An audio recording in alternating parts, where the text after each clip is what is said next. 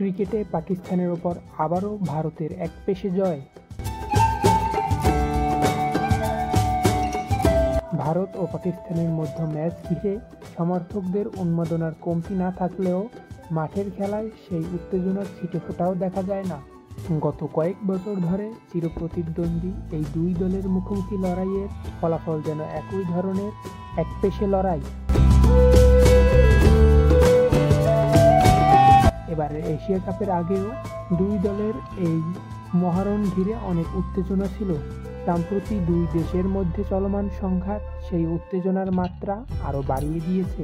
কিন্তু মাঠের খেলায় পাকিস্তানকে আবারও হতাশ করে বড় জয় তুলে নিয়েছে ভারত। টস জিতে প্রথমে ব্যাট করতে নেমে জসপ্রীত বুমরা ও কুলদীপ যাদবের সামনে পাকিস্তানের ব্যাটাররা দাঁড়াতেই পারেনি। ব্যাটিং ব্যর্থতার দিনে শাহিন আফ্রিদি শেষের দিকে দারুণ একটি ক্যামিও খেলেন। তার ইনিংসে ভর করে পাকিস্তান 127 রানের একটি সাধারণ পুঁজি গড়ে। জবাবে সূর্যকুমার, অভিষেক এবং সিরাজ বর্মার ব্যাটে ভর করে ভারত 7 উইকেটে বড় জয় পেয়েছে। এই জয়ের ফলে টানা 2 জয় নিয়ে সূর্যকুমার যাদবের দল সুপার 4-এ এক পা দিয়ে রেখেছে।